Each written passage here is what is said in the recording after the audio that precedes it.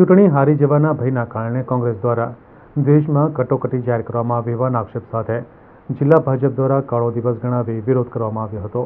ભારતની લોકશાહી માટે કાળો દિવસ એટલે 25 જૂન 1975ની કટોકટી.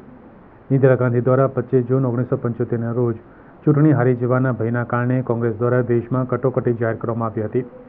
ભારતની લોકશાહી માટે સૌથી શરમજનક દિવસ હતો. એ દેશના નાગરિકોના દરેક હકનું પતન કરી સામાન્ય નાગરિકો સાથેની ગેરવર્તણૂક ભારતના નાગરિકો ક્યારેય પણ નહીં ભૂલે તે માટે કમલમ રાજપીપળા ખાતે જિલ્લા ભારતીય જનતા પાર્ટી દ્વારા જિલ્લા પ્રમુખ ઘનશ્યામભાઈ પટેલ તથા પ્રદેશમાંથી આવેલા વક્તા અશોકભાઈ ધોળાજીયા અને અગ્રણી નેતાઓ કાર્યકર્તાઓ દ્વારા વિરોધ પ્રદર્શન કરવામાં આવ્યું હતું અને એક પ્રેસ કોન્ફરન્સ રાખી કટોકટીના કાળા કાયદાની માહિતી યુવાનોને મળી રહે તે હેતુથી વ્યાખ્યાન કાર્યક્રમનું આયોજન કરવામાં આવ્યું હતું.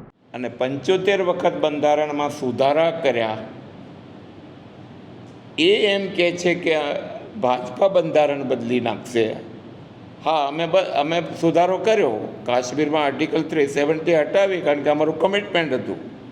વી રિમૂવ 35A કારણ કે અમારું કમિટમેન્ટ હતું, પણ એ દેશના ભલા માટે હતું. અને એટલા માટે આજનો દિવસ અમે બધા જ જિલ્લા મહાનગર અને આજે પ્રદીપભાઈ અમારી વચ્ચે આવ્યા છે. પ્રદીપભાઈ અમારા બહુ જૂના કાર્યકર્તા, લગભગ he has worked more than 35 years અને બેંક ઓફ ઇન્ડિયાના ડિરેક્ટર પણ છે, પોરબંદરના પ્રભારી પણ છે, જૂનાગઢમાં નિવાસ કરે છે, શિક્ષણ શાસ્ત્રી છે. આજે પ્રદીપભાઈ આ વિષયને અમારા કાર્યકર્તા પ્રબુદ્ધજનો એમની વચ્ચે મૂકવાના છે. દરમિયાનમાં અમે આ 23 તારીખથી ડૉક્ટર શ્યામાપ્રસાદ મુખર્જીનું બલિદાન કાશ્મીર માટે જે થયું ત્યાંથી માંડીને 6 જુલાઈ સુધી